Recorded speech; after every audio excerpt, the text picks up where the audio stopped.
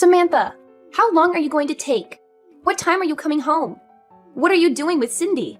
It's already this late. Where have you been all morning? You didn't even come home to make lunch.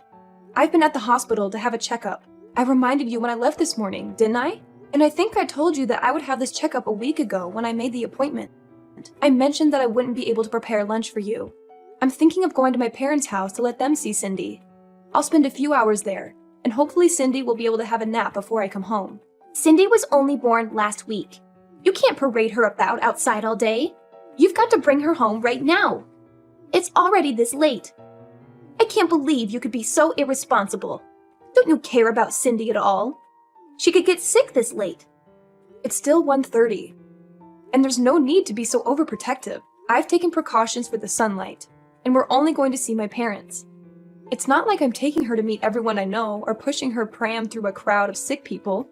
I'm following the doctor's advice and making sure she has undisturbed rest and gets her milk. I wouldn't do anything that I didn't think we both could manage. But you can't keep her away from me this long. She's already been away from me for 3 hours. Cindy needs me. You can't do this to her. Give her back to me. What are you talking about? She's not a thing, and she's not yours. I've decided that I'll raise Cindy myself. I can't trust you with her.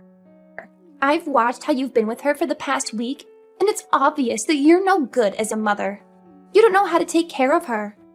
If you raise her, she'll end up unhappy.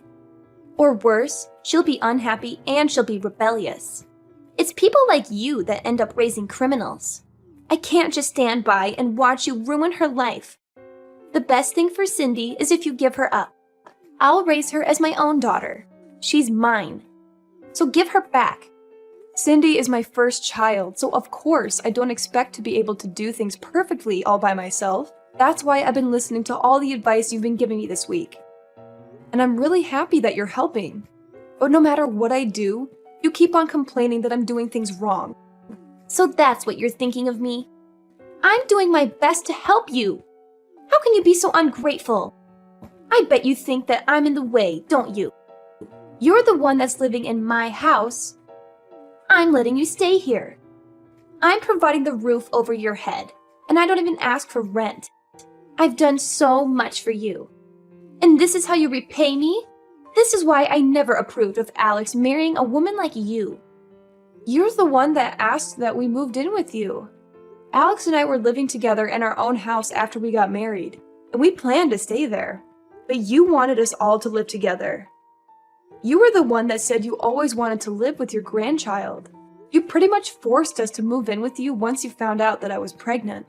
And I had to go through all the trouble of moving houses when I was already really big. Why do you have to put it like that? I never forced anything. Just ask Alex. He was delighted to move back in with us. I've done so much for you. It wouldn't hurt for you to show a little more appreciation, too. Can't you at least say thank you? I think I deserve a lot more. But I shouldn't expect anything from you. Appreciation? I had a lot more of that when I first met you. But ever since I married your son, and you started to show your true colors, it's become a lot more difficult. Especially after we moved in together. And you wouldn't stop making hurtful comments about the way I did chores and the way I prepared dinner. The stress and fatigue just piled up, and I couldn't please you no matter what I did. I didn't know you could get any ruder. When have I ever made hurtful comments about anything you've ever done? If I've made comments, it's just because I'm giving you advice as your senior in life. If you think I've been hurtful, it's because you're trying to make me out as the bad person in this story. I'm an adult too. I understand the difference between advice and sarcastic, backhanded comments. And it's not just those comments. You don't like the food I make, even though I've done my best to follow your recipes. And if you really don't like my cooking, then you can always make your own. But you insist on having me prepare your serving too. And sometimes you throw it all away right in front of me. It's not just insulting, it's wasteful. Did you really think that I could just brush that off as advice? I don't understand how you could do something so mean, just for the sake of showing me you don't like my cooking. I threw it away because it didn't taste good. What's the problem? Did you really think that it was good enough to serve to Alex and my husband? Nobody would want to eat something disgusting like that. So I saved them the trouble. I just did what they would have wanted to do anyway.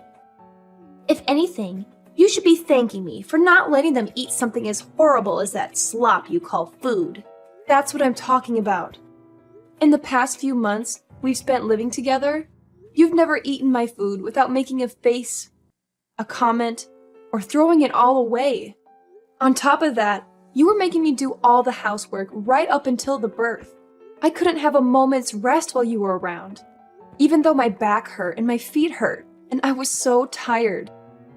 Even when my contractions started and I was begging for you to call an ambulance because Alex was out, you wouldn't call and told me that I was overreacting. I couldn't even get to the phone myself. I thought I was going to give birth right where I was. It wasn't until Robert passed by my room and noticed that my water had broken that I was finally able to go to the hospital. I'm grateful for my father-in-law's care and consideration. But if you want me to be grateful for you, then you'll have to do something I can be grateful for first. You shouldn't expect everyone to do everything for you. You could have gone to the hospital by yourself. You're so spoiled. It shows that your parents must have been overly protective of you as a child. No wonder you're so disrespectful towards me. Did you really think that I could drive all the way to the hospital safely when I was getting contractions every 5 minutes? Even after I gave birth? You didn't say anything to me. You didn't ask me how I was doing. Not even a word about how well I had done. Even though I was in labor for 15 hours. I was too busy thinking about Cindy. What did you expect? My first and only priority was the baby. So what if you gave birth? It's nothing special. I gave birth too, and you don't see me begging everyone for praise and compliments. I didn't expect you to compliment me, but I think anybody would be happy to hear something from their family. And anything would have done. And I'd like to remind you that I was only discharged from the hospital a week ago.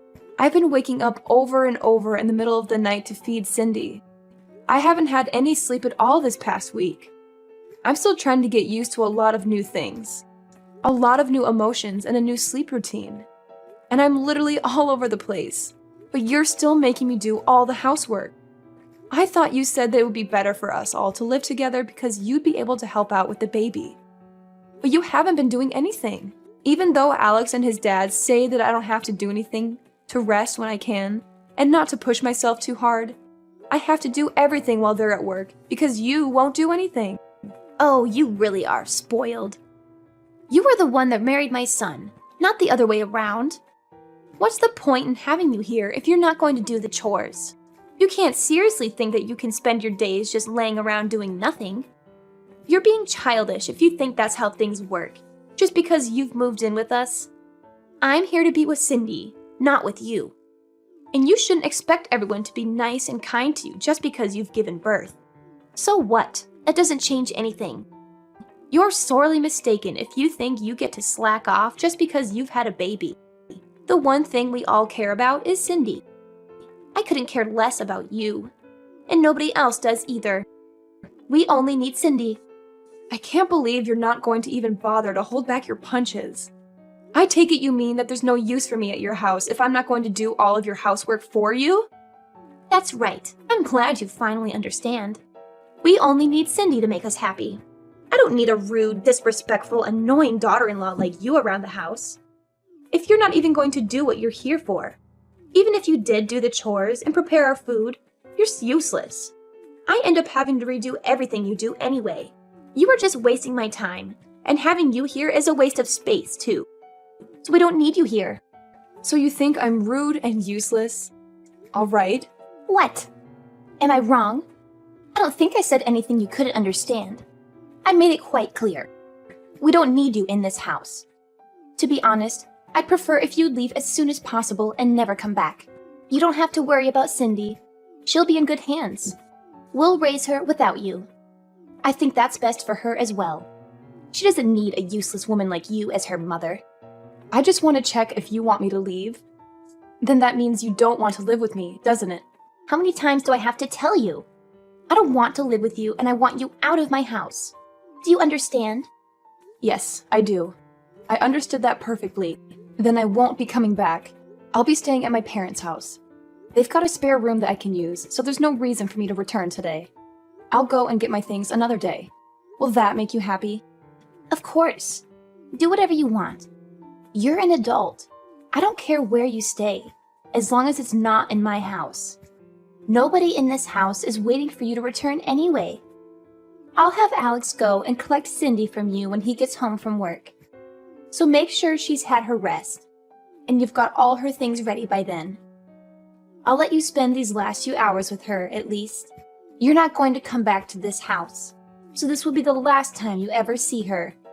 I'm glad you finally come to your senses. You're not fit to be a mother. I understood the part about not coming back to stay in your house. But you're wrong about one thing. I am not handing my daughter over to you. Cindy is staying with me. I'm her mother. What are you talking about? I just told you you're not fit to be a mother. Are you going to take her away from me? You can't do that. She needs me. Oh, you think that I'm not fit to be a mother because I need support to raise her? And because I can't handle all of the housework on just 1 hour of sleep a night? You expect the impossible from me. You're saying that I'm taking her away from you, but you're not her mother. She was never yours to begin with. She's my granddaughter. That makes her mine. I don't think that your way of thinking that she belongs to you is very healthy for Cindy. I don't think that raising her in an environment where you think that you can treat me however you like is good for her either. Alex and Robert have both lost their patience with the way you've been treating me. I know that the both of them have done their best to talk with you privately and get you to change your attitude, but it still hasn't changed after months. And if it's only going to get worse now that Cindy's born, I'd rather not live with you either. Your own son and husband have given up on getting you to change your ways, so there's no way I can keep hoping. Robert as well? You're lying. I remember him mentioning something about you, but I forgot what he said. It didn't seem very important. But I know they all hate you. Nobody wants you to stay in our house. And we're all happy that you finally have given birth so we can get rid of you. And keep Cindy. Who's they? Do you mean Alex and Robert? Because I know Alex loves me. And Robert is a wonderful father-in-law. And even if they did actually hate me, I think they'd be more mature about it. You've been far from mature these past few months. You've been passive-aggressive and childish at best. All you've done is bully me and make me feel bad about myself. I've had enough. We've all had enough of your behavior. If you're not going to fix it, then there's no point in sticking around and waiting for you to change. I'm not returning to your house, and if you won't reflect on your actions, I won't let you meet Cindy. You won't let me see Cindy? That's ridiculous. You can't do that. You can't keep her away from me. You have no right to do that. I'm not going to listen to a woman that can't even raise a child properly. You don't have to come back. But I'm not letting you keep Cindy. Give her back right now. Cindy will be happier that way. And you'll thank me one day when you realize that she belongs with us, not you. Don't be so selfish and give her up. I'm sorry, but who's we? Alex, Robert, and I.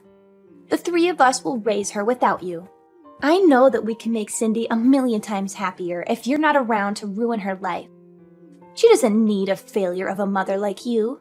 You should give her back to me for her sake. Robert's actually with me right now. Alex will be here soon too. He's already asked his manager for the rest of the day off after he's finished in his meeting. The truth is, it wasn't a hospital appointment I had this morning. I'm sorry I had to lie. But you wouldn't let me leave the house until I said that I would be going to the hospital. What? Then where were you? What were you doing? I was being honest when I told you I would be going to my parents' house, but I was somewhere else this morning. I went to have a viewing of a house with Robert to get his opinion. You went to see a house? But why would you do that? I didn't tell you to leave my house until an hour ago. And why would you need my husband's opinion? Alex and I have decided that we're going to move out. And when we told Robert, he was very interested in the idea too. Maybe you should ask him for the details when he returns home tonight. since I won't be coming back ever. But why would Robert be interested in looking at a new home? Alex and I have been thinking about moving back out ever since we first moved in with you, and you started to bully me. We've both hit our limits, and we can't take it anymore. It's too stressful being with you all day, every day. And he doesn't complain. But I know it's tough on Alex when I vent after he's had a long day at work. It's been hard for the both of us. The only reason why we didn't move out earlier is because it was a strain on my body to move our stuff to your house in the first place. And we didn't want to go through that again. Hit your limits? Stressful? What's that supposed to mean? You're just exaggerating. How pathetic. All I'm doing is showing you how to do things properly.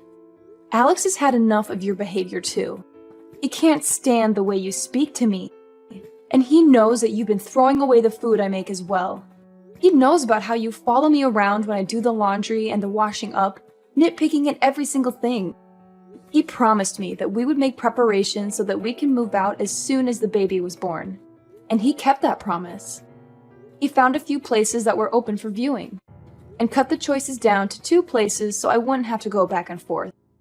When we spoke to Robert, he offered to pay half the deposit, saying that he wanted to come with us. Excuse me? Robert wants to move out? Well, he was obviously including me when he said that. He meant that he wanted to move in with us and move away from you. Apparently, he's had enough of your attitude as well. And since you won't change, no matter how many times he's spoken to you, he's decided to leave you. He's telling me that he left the divorce papers on the table in the living room. Have you seen them? He says he's already signed them, so you just have to sign your side and leave them there. He'll have them filed tomorrow. I found them, but I don't understand. Why would he want to divorce me? I haven't done anything to deserve this. Give your phone to him. I want to speak to my husband. He's with you, isn't he? Let me talk to him. I can't trust a word you say. Why would I lie? Those papers have already been signed, haven't they? I wouldn't fake his signature just to trick you. Robert says that he'll talk to you when he gets home, but that he's already made his feelings clear in past conversations. You just haven't been listening to him properly. Anyway, we're busy getting our new home ready. Could you wait until later? I don't understand why Robert and Alex have to move away too. I only said that you don't need to come home. What about me? What am I supposed to do? You can't leave me here by myself. Robert says that he'll give you that house in the divorce. He has no need for it if he's moving in with us. And he doesn't want you causing us trouble just because you can't find a new home for yourself. You're lucky he's being so generous. Alex and I have no intention of living with you ever again. And of course, we're not going to give you our daughter. Robert's decided he wants a divorce and that he doesn't want to live with you anymore. I think that explains everything you want to know. What about me? I'm going to live here all by myself? You're not making any sense. Why can't I come with you? Weren't you listening to what I said? We've told you over and over that the way you've been treating me is unacceptable. We wouldn't have had to do this if you had fixed up your attitude and stopped behaving so immaturely. If you listened to your own husband's warnings and your son asking you to stop treating me so horribly, we would have never decided to move out. We would still be living with you and you would still be able to spend time with your loved ones. But unfortunately, you haven't shown any signs of changing or even feeling bad about what you've done. You deny all responsibility, and we've had enough. Because of your selfishness, you'll have to spend the rest of your life all alone. What about Alex? What does he think? He can't be serious about leaving his own mother all alone. I raised him. He's better than that. He would never abandon me like this. You've tricked him into thinking that I'm the bad person, and convinced him and my husband to follow you. Have you forgotten that Alex was the one that always was intervening and defending me from you when we first moved in? He was doing his best to keep himself between you and I when he could, and making sure that I wasn't stuck with you alone when he was at home. But then he had to start a new project at work and was coming home tired more often, and didn't even have the strength to argue back to the things you were saying to me. The stress of work and your treatment of me was accumulating for him too. That's when he promised that he would find us a new place to live. We realized that the best way to deal with the situation was just put up space between us and you, for the sake of our physical and our mental health. You're lying. Alex would never want to leave me. And Robert can't be serious about getting a divorce at this age. I'll never be able to get remarried. I'll be alone. Can't he rethink the divorce? I'll do anything. He's not honestly thinking we should get divorced, is he? You'll have to talk to Robert directly about that, though he says that there's nothing more to say. And we've already chosen a new home that has enough room for the three of us and Cindy. Robert is welcome to live with us, but there's no room here for you. Moreover, Robert's actually put a lot of money into this house for us. He's been very considerate since Alex and I had to pay a lot for the hospital bills last week. We don't plan on telling you where our new address is either. But I'll never be able to see Cindy ever again. Are you honestly going to separate us? I'm not going to let you see her. You'll have to show that you can change first. I don't know if you can, but if you want to see her, you'll have to. I don't plan on meeting you until then either. I'm sure you don't care whether you see me again or not, but I just wanted to make it clear that this is what happens when you treat someone as though they're inferior to you. You end up alone. What did I do to deserve this? Why is everyone leaving me behind? They're telling me that I have to spend the rest of my life, my elderly years, all alone? That's too much. You don't have to go this far. I thought I would be able to spend the last 20 years of my life taking care of my grandchild. I wanted to have peace and quiet, and not worry about any of the chores or worry about money. This isn't what I wanted. I was dreaming of my life as a grandmother. But now I'll have to get a job. I have to do everything myself. I won't be able to see my family. That's not fair. Really? I guess you hoped that I would be the person to take care of all the chores and plan to live off your husband's saving and pension, all without lifting a finger yourself.